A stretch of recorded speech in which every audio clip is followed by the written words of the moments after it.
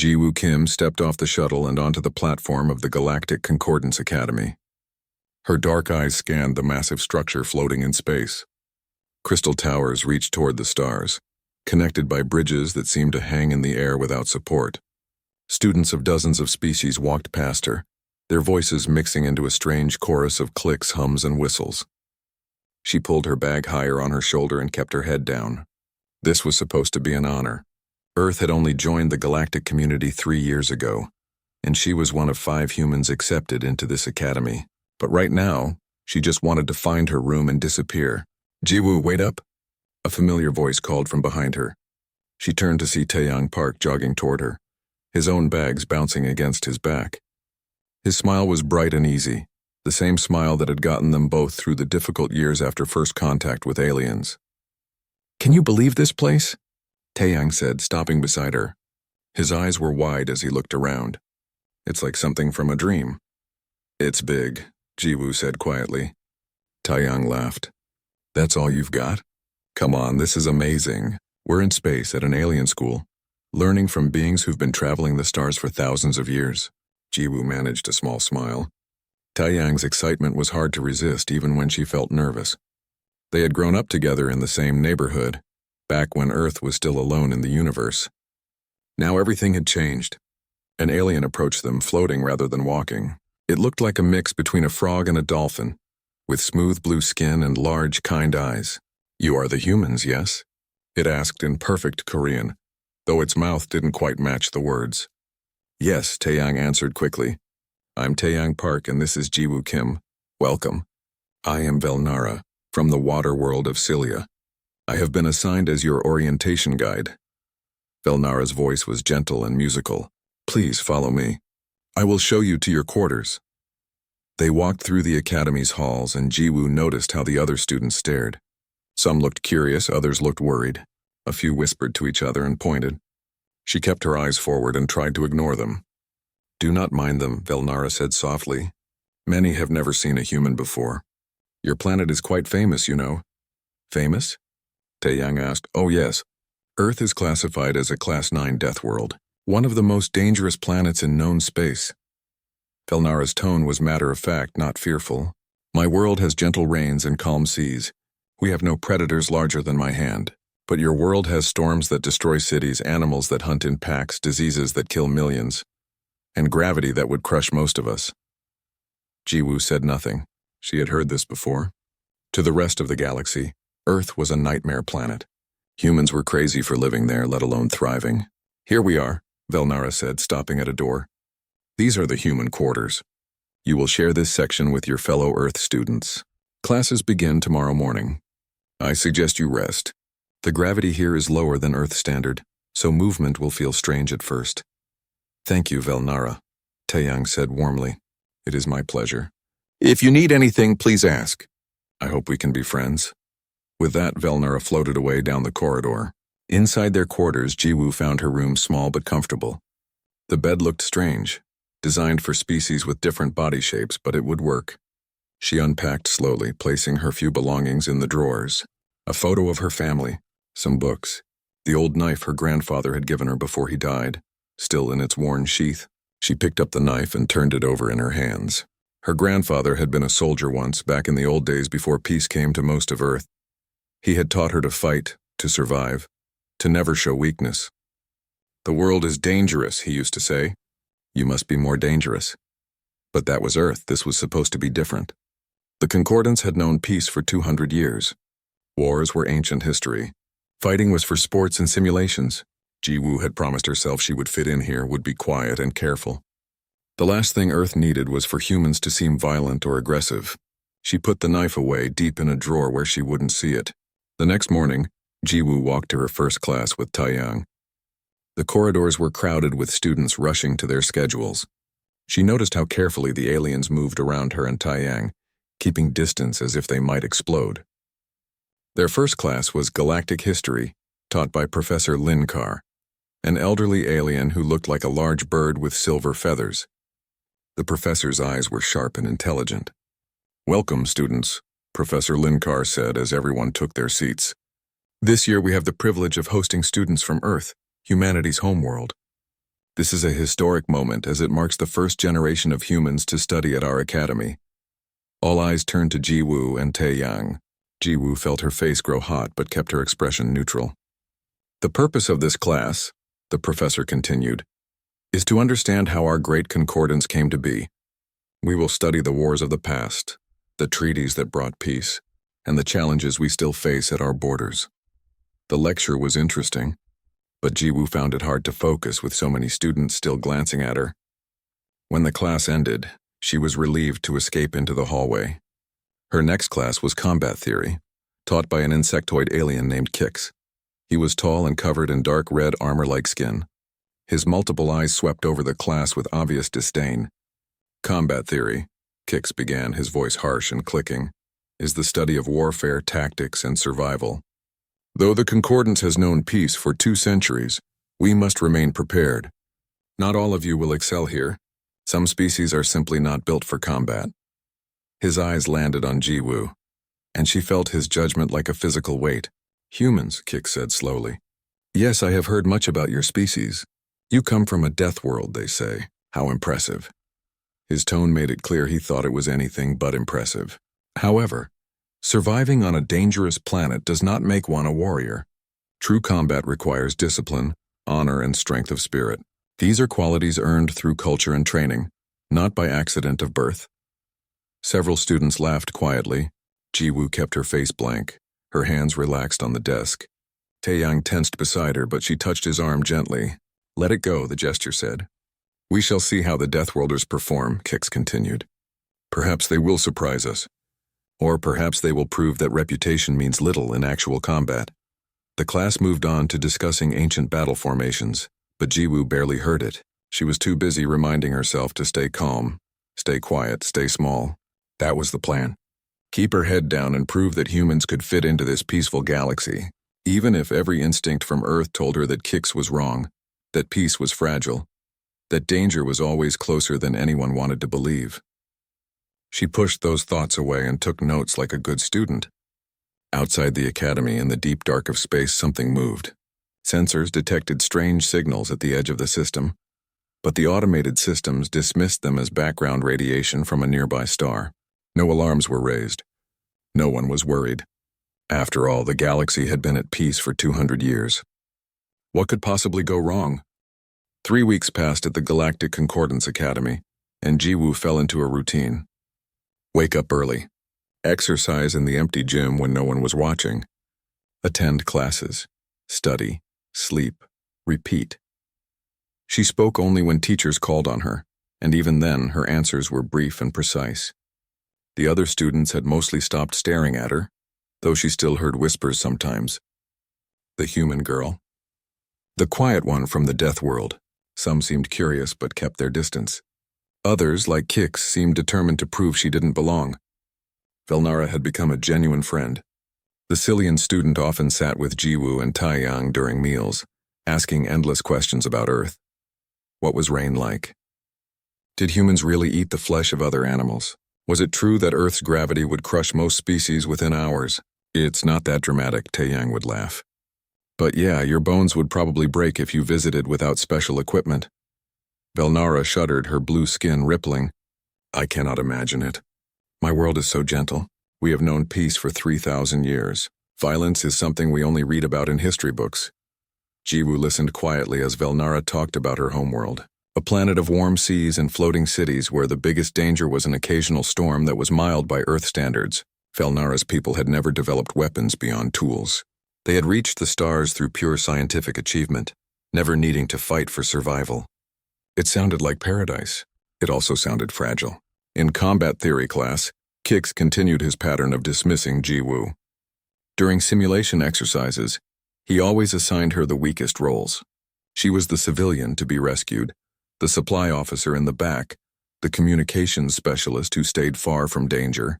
Your role is support, Kix would say, his mandibles clicking with amusement. Leave the real combat to those bred for it.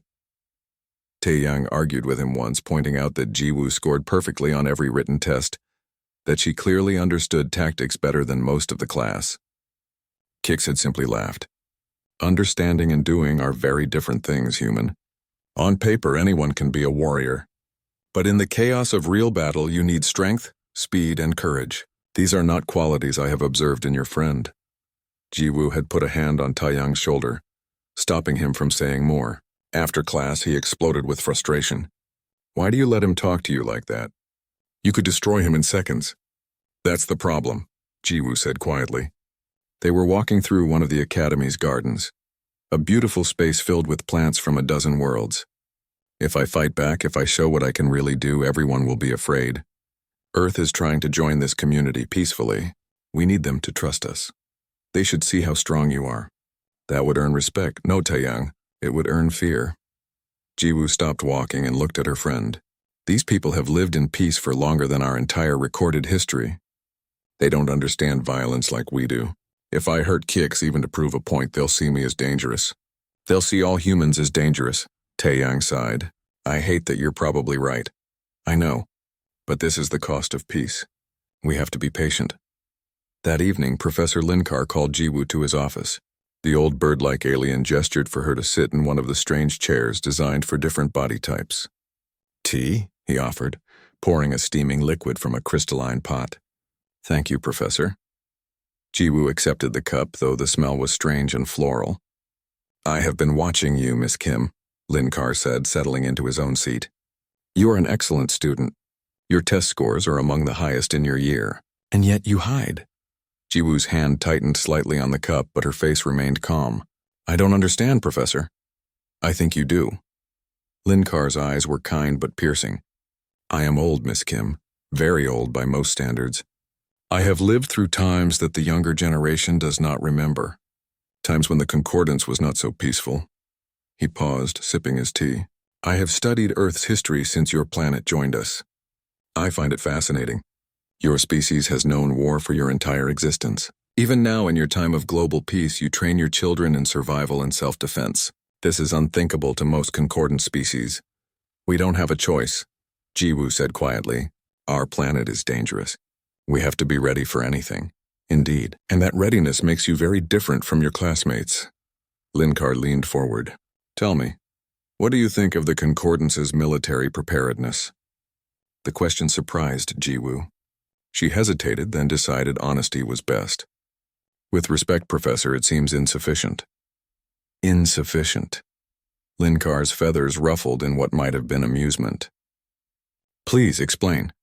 Your defense forces are spread thin across hundreds of systems. Most of your ships are designed for patrol and escort duty, not combat. Your officers train in simulation but have never seen real battle. And from what I've read, your border defenses are based on sensor networks that assume any threat will be detected weeks in advance. And you find this concerning? I find it optimistic. Jiwoo chose her words carefully.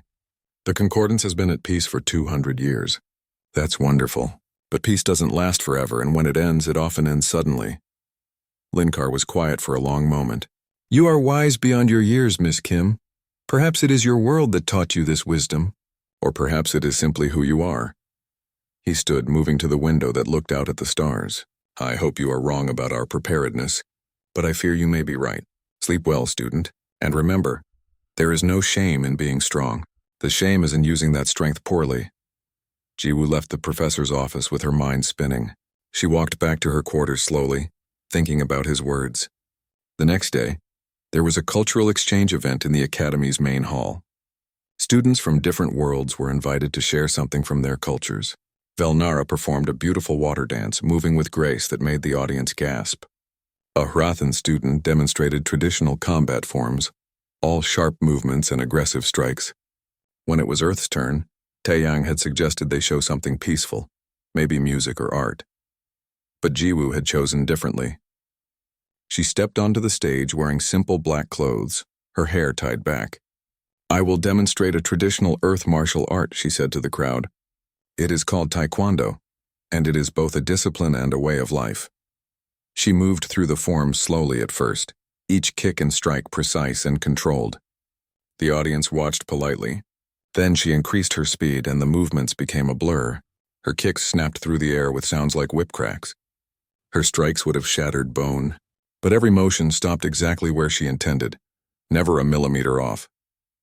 When she finished, there was scattered applause. Polite but not enthusiastic. Most of the audience didn't understand what they had seen. They saw elaborate dancing, not the deadly efficiency behind each movement. Kix, sitting in the front row, actually laughed. "Very pretty," he called out. "But dancing is not fighting, human. In real combat you would be crushed." Jiwoo bowed to him, saying nothing. But Taeyang saw the tightness around her eyes, the tension in her shoulders. He knew his friend was reaching her limit. That night, Jiwoo couldn't sleep. She stood at her window looking out at the stars. Somewhere out there was Earth, her home, a dangerous world that had taught humanity to survive at any cost. She missed it suddenly, missed the weight of real gravity, missed the feeling of rain, missed the simple honesty of a world that didn't pretend to be safe. Here, everyone lived in comfortable illusion. They believed peace was permanent, that danger was something from history books, that the universe was kind. Jiwoo knew better. The universe wasn't kind. It was vast and cold and full of things that wanted to hurt you. Humans had learned that lesson over millions of years of evolution. These aliens had forgotten it, or perhaps never learned it at all. She hoped they never had to remember. Far beyond the academy, at the very edge of concordant space, the strange signals were getting stronger. Automated systems flagged them, but the reports were filed away as low priority. Probably just stellar interference. Nothing to worry about. After all, what could threaten the concordance? They had the most advanced technology in the galaxy. They had peace treaties with every known civilization. They had nothing to fear. In the darkness between stars, massive ships dropped out of hyperspace. Dozens of them, then hundreds, their hulls covered in weapons and armor. They had been waiting for this moment for 200 years, building their strength, preparing for revenge. The Krell Dominion had returned, and they were coming for blood. The alarm started at dawn. Jiwoo woke instantly, every sense alert. The sound was piercing and urgent, echoing through the academy's corridors. Emergency lights flashed red. She was dressed and out of her room in seconds, meeting Taeyang in the hallway. "What's happening?" he asked, his face tense. "I don't know. But it's not a drill." Jiwoo could hear the panic in the voices around them, students and staff rushing in different directions. "Come on." They made their way to the main assembly hall, where thousands of students were gathering. Professor Linkar stood on the central platform, his feathers pressed flat against his body in clear distress. Other faculty members stood around him, their faces showing various expressions of fear. "Students, please remain calm," Linkar's voice boomed through the speakers. "We have detected multiple unknown vessels entering this system. They have been identified as Krell Dominion warships." The hall exploded with noise. Students shouted questions. Some screamed. Others stood frozen in shock. Jiwoo felt Taeyang tense beside her. "The Krell?" he whispered. "But they were defeated 200 years ago. They're supposed to be gone." Jiwoo said nothing, but her mind was racing. She had studied the Krell in Professor Linkar's history class. They were a warrior empire that had tried to conquer the Concordance, brutal and relentless. The Concordance had won that war, but barely, and only by uniting every member species. The Krell had been pushed to the edge of known space and left there. It seemed they hadn't forgotten. "The Concordance defense fleet has been notified," Linkar continued, trying to speak over the chaos. "But the nearest battle group is 3 days away.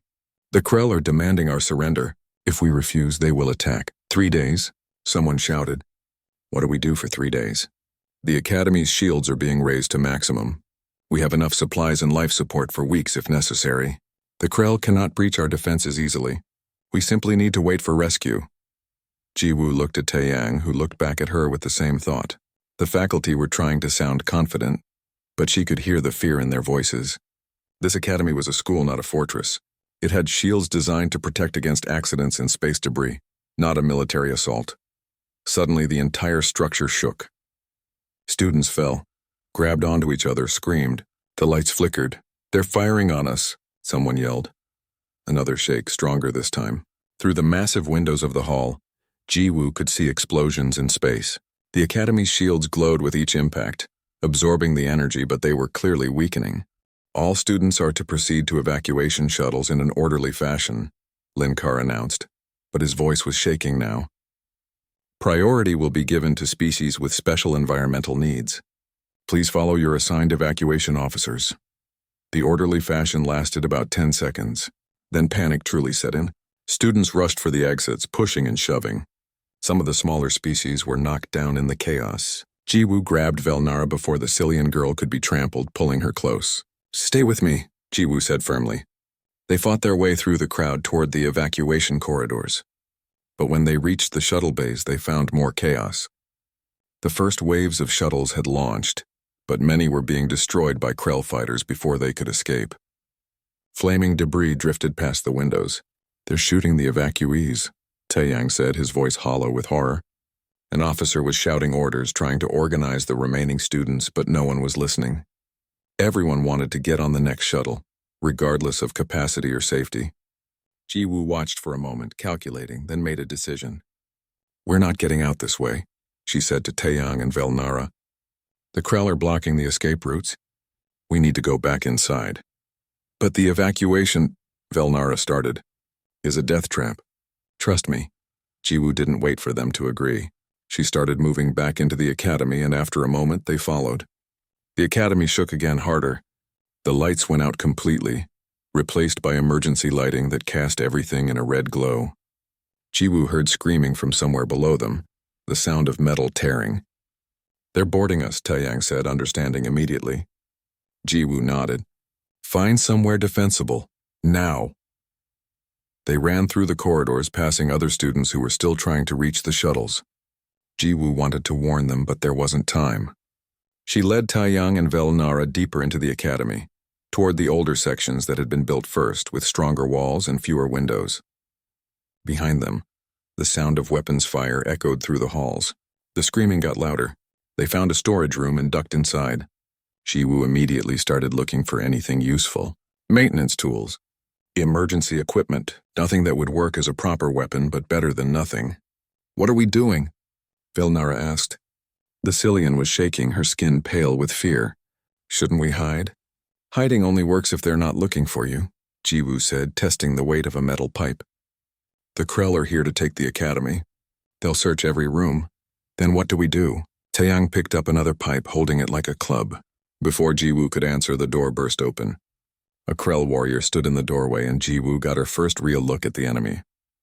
He was massive, easily 7 feet tall, covered in dark scales and wearing armor that bristled with weapons. His face was reptilian, with cold yellow eyes and a mouth full of sharp teeth. He looked at the 3 students like a predator spotting prey. "Concordance weaklings," the Krell growled in broken galactic common. "You will come with me. Resist and die." Velnara froze completely, unable to move or speak. Taeyang gripped his pipe tighter, but Jiwoo could see he was terrified. They had never faced real violence before. None of them had, except her. The Krell stepped forward, reaching for Velnara with a clawed hand. Jiwoo moved. She struck the Krell's reaching arm with her pipe, not trying to hurt him but to redirect his grab. Then she stepped in close inside his guard and drove her fist into a gap in his armor near the throat. The Krell staggered back, more surprised than hurt. "Run!" Jiwoo shouted at her friends. But the corridor behind the Krell was blocked by 2 more warriors. They laughed at Jiwoo's attack, amused by her attempt to fight. "The little one has spirit," one of them said. "She will fetch a good price in the labor markets." They advanced together, confident. 3 Krell warriors against 1 human girl and her untrained friends. It wasn't even a fight. Except Jiwoo wasn't trying to win. She was buying time. She dodged the first Krell's grab, ducked under the second swing, and used her pipe to hit the third in the knee joint of his armor. Not hard enough to hurt, but hard enough to annoy. The Krell roared and swung at her with real force this time. Jiwoo barely dodged. The Krell's fist smashed into the wall, leaving a dent in the metal. She rolled away, came up on her feet, and kept moving. "Don't get hit. Don't stop moving. Make them chase you." "Taeyang, get Velnara out of here," she shouted. "I'm not leaving you." "Go, find others." "Get help." Taeyang hesitated for 1 more second, then grabbed Velnara and ran. The Cillian seemed to wake from her frozen state, and together they disappeared down a side corridor. The Krell warriors could have chased them, but they were focused on Jiwoo now. She had made them angry, which was exactly what she wanted. 3 enemies focused on her was 3 enemies not hurting anyone else. "You will regret that, little worm," the lead Krell snarled. Jiwoo didn't answer. She was calculating distances, looking for escape routes, evaluating the Krell's armor for weak points. This was what her grandfather had trained her for. Not tournaments or demonstrations, but survival against superior force. The Krell came at her together, this time coordinated. Jiwoo ran, leading them away from the storage room, away from where Taeyang and Velnara had gone. She twisted through corridors she had memorized during her weeks at the academy, using her smaller size to slip through gaps the massive Krell had to smash through. But she was tiring. The academy's gravity was lower than Earth's, which meant she could move faster and jump higher, but it also meant less traction. And the Krell were strong, breaking through doors and walls like they were paper. She turned a corner and found herself in the academy's main atrium, the huge space where the cultural exchange had been held. And she wasn't alone. Hundreds of students huddled in the center of the space, surrounded by Krell warriors. Professor Linkar stood in front of them, his feathers spread in a defensive gesture that would have been brave if it wasn't so futile. A massive Krell commander stood before him, easily 8 feet tall, his armor decorated with symbols of rank. "Your shields have fallen," the commander said. "Your evacuations have failed. Surrender now and we will only take slaves. Resist and we will kill everyone." The students were crying, clinging to each other. Many were injured from the initial attack. They looked so young and helpless, so completely unprepared for this nightmare. Jiwoo stepped into the atrium, her pursuers right behind her. But now she wasn't running anymore. She looked at her fellow students. At Velnara, who had somehow ended up in that terrified crowd. At Professor Linkar, trying so hard to protect them. She thought about Earth, about humanity, about every lesson her grandfather had taught her about protecting those weaker than yourself, and she made a choice. The Krell commander turned his cold yellow eyes toward Jiwoo as she entered the atrium. He looked at her the way someone might look at an insect, barely worth noticing. Behind him, dozens of Krell warriors stood guard over the captured students. "Another straggler," the commander said, his voice deep and rough. "Good. The more merchandise we collect, the more profit we make." Jiwoo walked forward slowly, her hands empty and visible. The metal pipe she had been carrying was gone, lost somewhere in her chase through the corridors. She looked small and harmless, just a young girl in academy clothes, her dark hair messy from running. But Velnara saw something in Jiwoo's face that made her breath catch. Professor Linkar, who had been watching the human student for weeks, went very still. And Taeyang, who had known Jiwoo since childhood, whispered a single word. "No. Let them go," Jiwoo said quietly. Her voice was calm, almost conversational.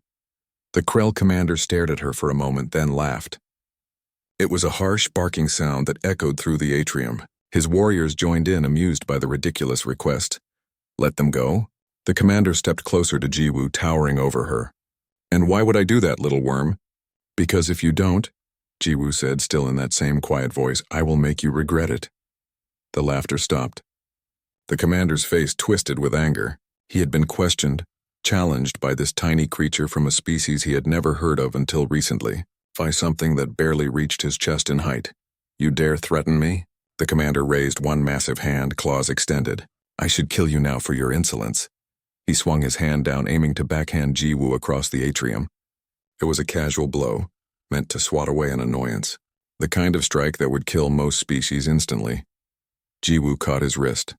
The commander's hand stopped in midair, held motionless by Jiwoo's grip. Her fingers were wrapped around his scaled wrist, and no matter how much force he applied, he couldn't move. His eyes widened in shock. What? Jiwoo twisted. The commander's wrist made a cracking sound, and he howled in pain.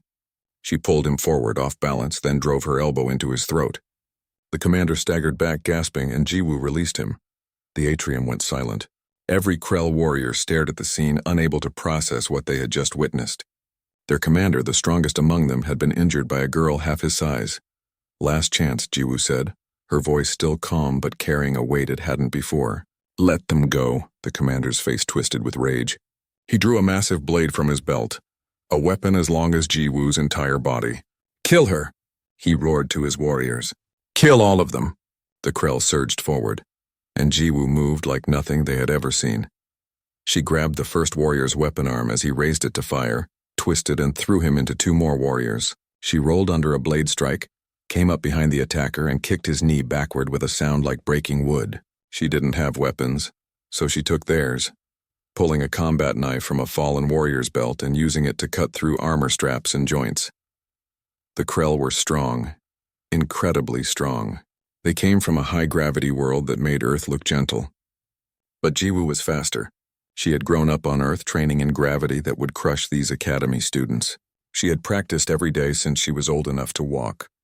And most importantly, she understood something the Krell didn't. Violence was not about honor or glory or strength alone.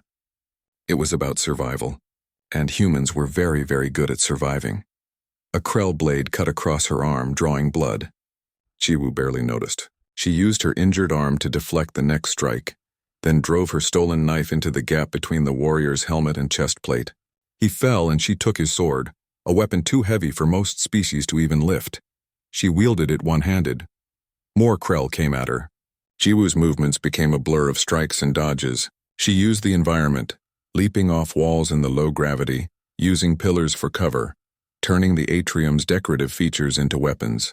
A potted plant became a projectile, a display case shattered into deadly shards. The captured students watched in shock and awe. This was Jiwoo, the quiet girl who never spoke in class, who always kept her head down. Now she was destroying trained warriors like they were nothing. Taeyang snapped out of his shock first. "Don't just stand there," he shouted at the other students. "Help her! Seal the doors! Use the computer terminals!" His words broke the paralysis. Students scattered following his orders. They might not be warriors, but they were smart. They sealed blast doors, cutting off Krell reinforcements. They accessed the academy's systems, venting atmosphere in corridors full of enemy soldiers. They turned the school itself into a weapon. But the main battle was all Jiwoo. She fought with a style that mixed everything she had learned. Taekwondo kicks that could crack armor, judo throws that sent massive warriors flying, knife fighting that her grandfather had taught her, brutal and efficient. And beneath it all, pure Earth survival instinct. The same instinct that had carried humanity through ice ages and plagues and predators. The Krell commander watched his warriors fall and finally understood what he was facing. This wasn't just a strong fighter. This was a Deathworlder, truly understanding the term for the first time. Every instinct, every reflex, every cell in her body had been forged in conditions that would kill his people. She was built for this in ways his warriors could never match.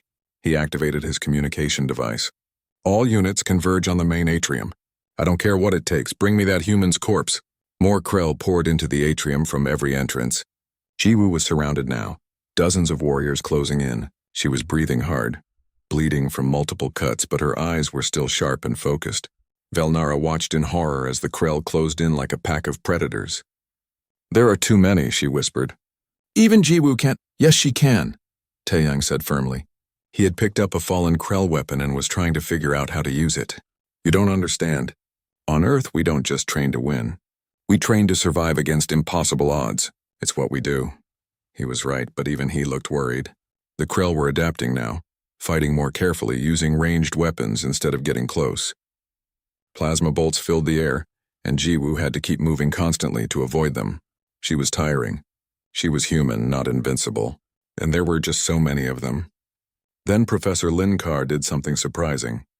The old bird-like alien picked up a piece of broken metal and threw it at the nearest Krell warrior. It bounced off his armor harmlessly, but it got his attention. "You want prisoners?" Linkar shouted. "Then you'll have to go through all of us." Other students, inspired by their professor, began to fight back. They threw whatever they could find. They used their species' natural abilities. A student with multiple arms grabbed a Krell warrior and held him while others beat him with pipes. A student who could breathe fire scorched another's face. It wasn't much. Most of them were still terrified. But they were fighting back, and that made all the difference. Jiwoo felt something shift in the battle. She wasn't alone anymore. These students might be from peaceful worlds, but they had courage. They just needed someone to show them it was possible to resist. She pressed her advantage, fighting harder, pushing deeper into the Krell ranks. If she could reach the commander, if she could take him down, the rest might break. The commander saw her coming and raised his own weapon, a massive rifle that looked capable of destroying a small vehicle. He aimed it directly at Jiwoo's chest. "You fight well, human," he growled. "But strength alone is not enough. You will die here and your people will become our slaves." Jiwoo didn't slow down. She ran straight at him as he fired. The plasma bolt should have killed her instantly, but at the last second she dropped and slid across the smooth floor. The bolt passing over her head so close she felt the heat. She slid between the commander's legs, came up behind him, and drove her stolen knife into the back of his knee joint. The commander fell with a roar of pain. Jiwoo climbed onto his back, grabbed his helmet and slammed his face into the floor once, twice, 3 times. On the third impact, he went still. The Krell warriors saw their commander fall and hesitated. In that moment of doubt, Jiwoo stood on the fallen commander's back and looked at them with cold eyes. "Leave now," she said, her voice carrying across the atrium despite her exhaustion. "Or end up like him." For a long moment, nothing happened. Then one Krell warrior lowered his weapon and backed away. Then another. Then they were all retreating, dragging their wounded with them, leaving the atrium behind. Jiwoo watched them go, swaying slightly on her feet. Blood dripped from her wounds. Her academy clothes were torn and burned, but she was still standing. The students erupted in cheers, crying and laughing and hugging each other. They had survived. They had actually survived.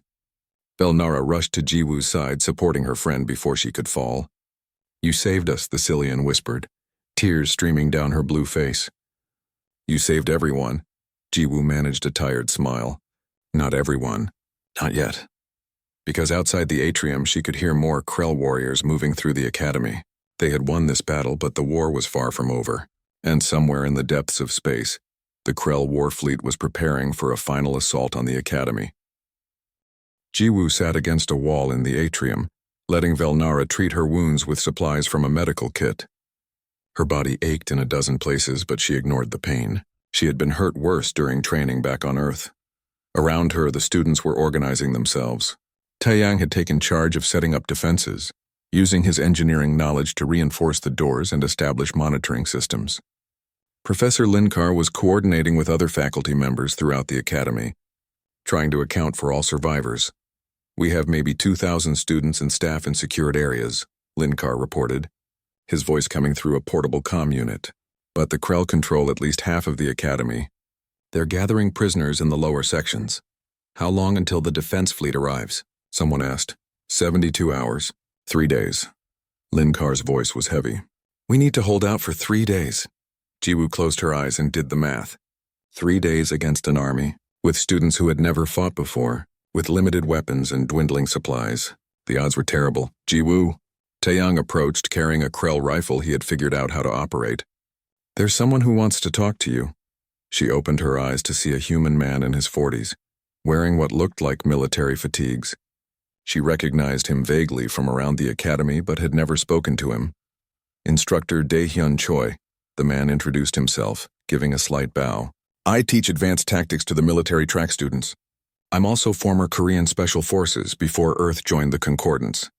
Jiwoo stood up despite Velnara's protests. "Sir, I've been watching what you did here," Daehyun said, studying her with professional eyes. "Your grandfather taught you, didn't he? I can see the style. Old school military, practical, nothing wasted." "Yes, sir." "Before he died," Daehyun nodded slowly. "There are 15 other humans scattered throughout the academy. Most are students like you and Taeyang. But 3 of us are instructors with combat experience. We need to organize a real defense, not just hold one room." He looked around at the students. "These kids are brave, but they need training. They need leadership. They need someone who knows how to fight." "I'm not a soldier," Jiwoo said quietly. "No, you're better. You're someone these students will follow." Daehyun gestured to the atrium where students were still talking about how Jiwoo had defeated the Krell commander. "You showed them it's possible to fight back. Now we need to show them how." Over the next hours, they organized a defense that would have seemed impossible. Jiwoo, Daehyun, and the other humans became squad leaders, each taking groups of students and teaching them basic tactics. Not how to win fights, but how to survive them. "Use the environment," Jiwoo told her group, which included Velnara and a dozen others from various species. "You're not warriors, and that's okay. But you're smart.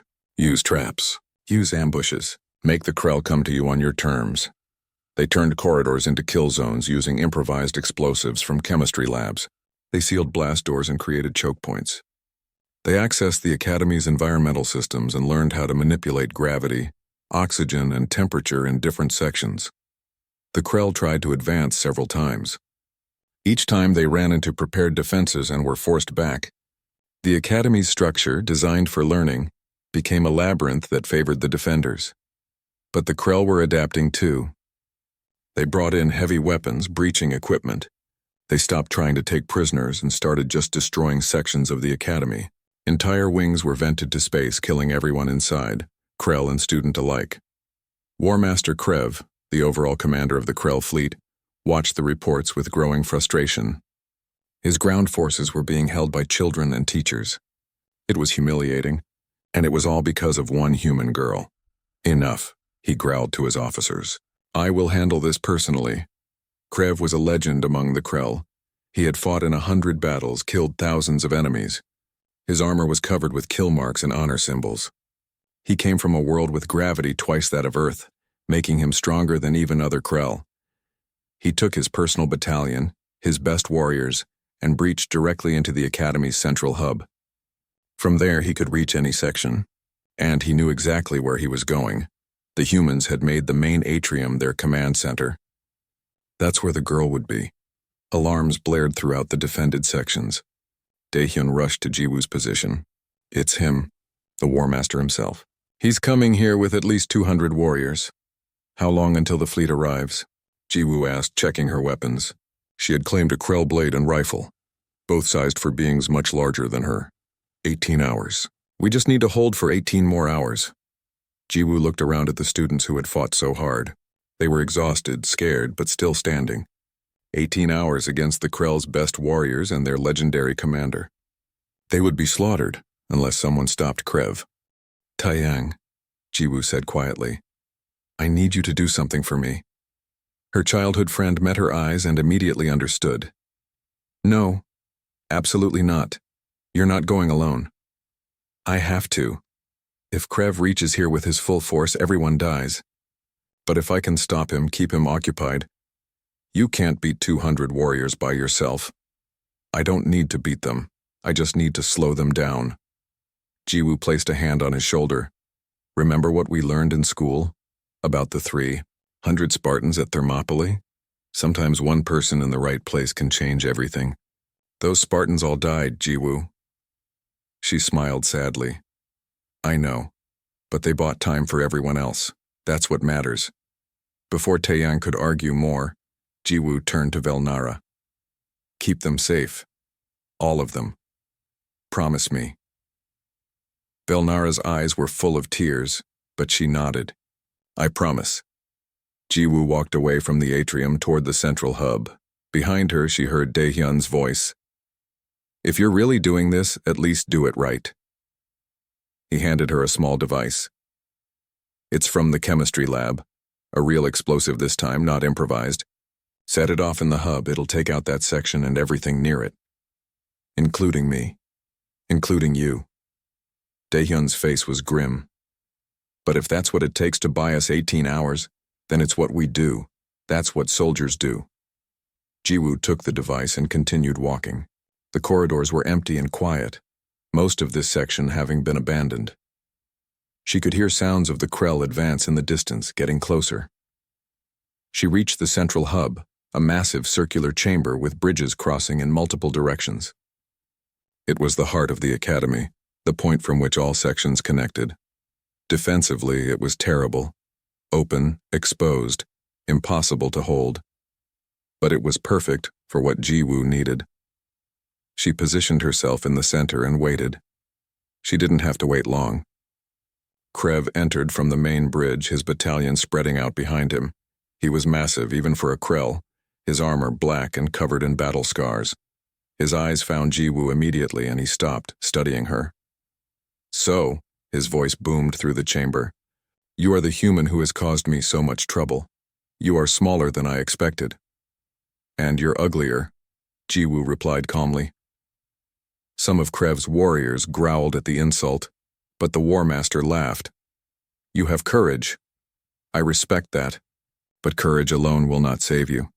I have killed thousands of warriors. You are just a child from a primitive world.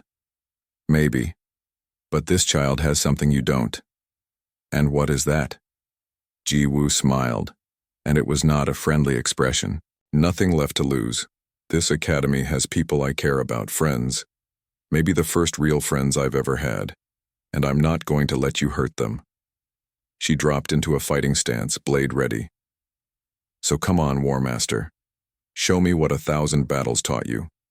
Krev's expression shifted from amusement to respect to anger. Then he charged. What followed was a battle that would be talked about for generations. Jiwoo fighting alone against the War Master and his battalion in the center of the hub with nowhere to run and nowhere to hide. She used every trick she knew, every technique her grandfather had taught her, every lesson learned from surviving on Earth. She couldn't kill them all. That was never the plan. But she could hurt them. She could make them cautious. She could slow them down. Warriors fell to her blade. She took wounds but ignored them, kept moving, kept fighting. When her blade broke, she took another. When her rifle ran out of power, she threw it at someone's face and used her fists. Krev fought her personally, their battle ranging across the hub. He was stronger, but she was faster. He had better armor, but she had better technique. They were perfectly matched, which meant neither could win quickly. And every minute they fought was another minute her friends had to prepare, to fortify, to survive. The 18 hours counted down. 15, 12, 10. Jiwoo was covered in blood now, some hers, most not. Her body was past exhaustion, running on pure will. But she was still standing, still fighting. And Krev's battalion was down to less than 50 warriors, the rest dead or too injured to continue. Why? Krev demanded, his own armor cracked and dented. Why do you fight so hard for these weaklings? Because they're not weak, Jiwoo gasped, breathing hard. They're just not warriors. But they're scientists, artists, diplomats. They make the galaxy better. And people like you. She dodged his strike.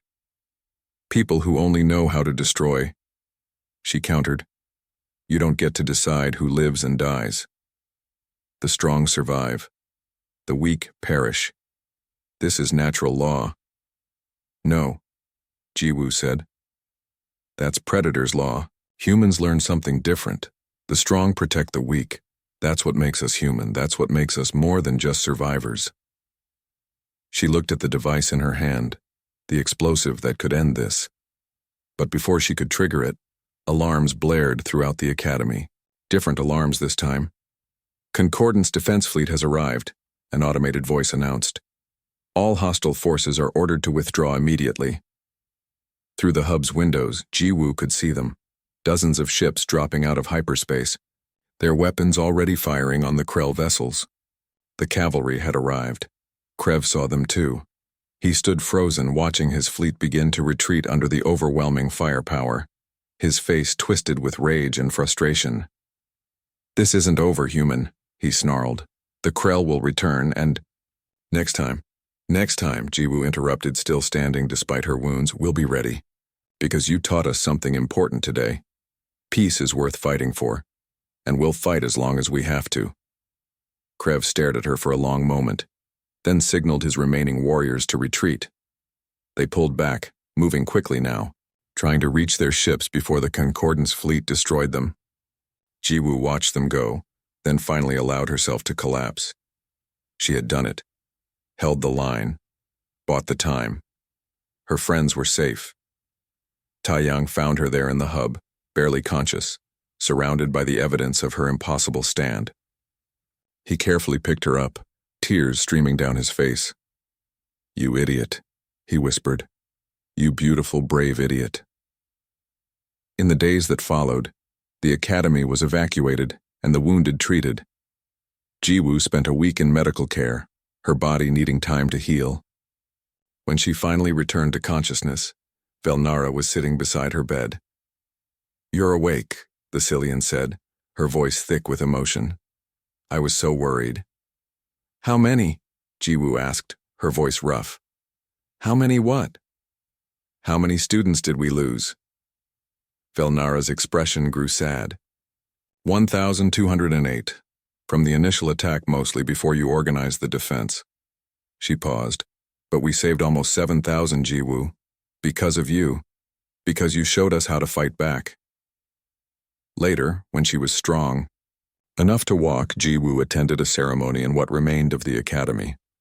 Professor Linkar spoke about courage and sacrifice. The Concordance military presented medals to those who had fought. But the most important moment came when Kix, The Hrathan instructor who had mocked her approached. His arrogance was gone, replaced with something like shame. "I was wrong about you," he said simply. "About all humans. You are not weaklings. You are warriors of the highest order. Would you be willing to teach me? To teach us all?" Jiwoo looked at him for a long moment, then nodded. "On one condition, you teach me too. Humans are good at fighting, but we have a lot to learn about peace." In the months after the attack, everything changed. Earth's military advisors were recruited throughout the Concordance. Human combat techniques became required study. The galaxy had learned that there was a difference between peaceful and defenseless. And Jiwoo? She returned to classes, still quiet, still keeping mostly to herself. But now when she walked the halls, students nodded respectfully. They knew what she had done. They knew what she represented. Velnar asked her once if she regretted being quiet for so long, hiding what she could do. Jiwoo thought about it, then smiled. "No. Because when I finally did speak, my actions said everything that needed to be said." The Deathworlder girl had been silent in class, but when her friends needed her, when innocent people were in danger, she had roared, and the galaxy had listened.